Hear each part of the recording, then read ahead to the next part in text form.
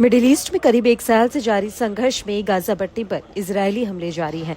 Israeli सेना पर आरोप है कि उसने अल-मवासी में सेफ जोन पर भीषण बमबारी की, जिसमें कई महिलाएं और बच्चे जिंदा जल गए। गाजा के स्वास्थ्य मंत्रालय का कहना है कि पिछले 24 घंटे में गाजा पर हुए इजरायली हमलों में 48 फिलिस्तीनी मारे गए और 201 घायल हुए। इन सब के बीच अब खबर ये भी आ रही है कि अल-अक्सा शहीद ब्रिगेड ने शुक्रवार को 107 रॉकेटों का उपयोग करके मध्य गाजा में इजरायली सैनिक सभाओं और वाहनों को निशाना बनाया है।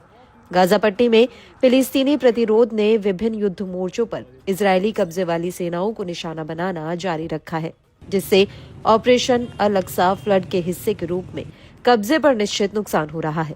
इससे पहले गुरुवार को ब्रिगेड ने पुष्टि की थी कि गाजा पट्टी के उत्तर में जबालिया कैंप के मध्य में अबू अल-ऐश स्ट्रीट पर सीधे हमले में एक इजरायली नामर वाहन को एंटी टैंक शेल से उड़ा दिया गया था।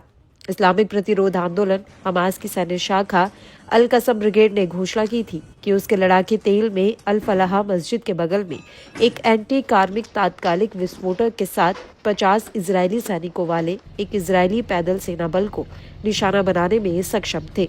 वहीं इजरायली सेना का दावा है कि अल-मवासी इलाके में उसके हमले में कई फिलिस्तीनी लड़ाके मारे गए, जिनमें हमास का सीनियर लीडर ओसामा गनीम भी शामिल है।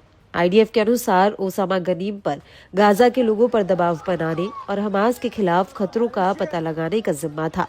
इजरायली सेना का कहना है कि गनीम ने हमास के क्रूर तरीकों को लागू करने में महत्वपूर्ण भूमिका निभाई, जिसमें मानवाधिकारों का उल्लंघन करते हुए कठोर नागरिक पूछताछ करना, हमास का विरोध करने वाले संदिग्ध निवासियों को दबाना और एलजीबीटीक्यू समुदाय के नागरिकों को सताना शामिल है।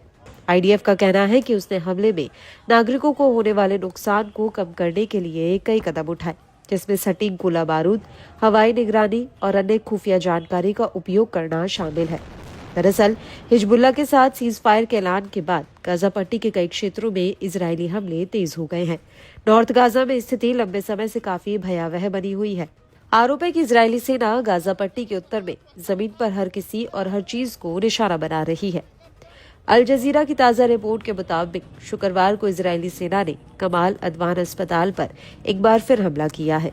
इजरायली ड्रोन के हमले में अस्पताल के अंदर इलाज करवा रहे नागरिकों के एक समूह को निशाना बनाने का आरोप है। वहीं बेत लाहिया शहर में भी एक आवासीय इमारत को निशाना बनाया गया है। सूत्रों के अनुसार इस हमले में कम से कम 15 फिलिस्तीनी मारे गए हैं।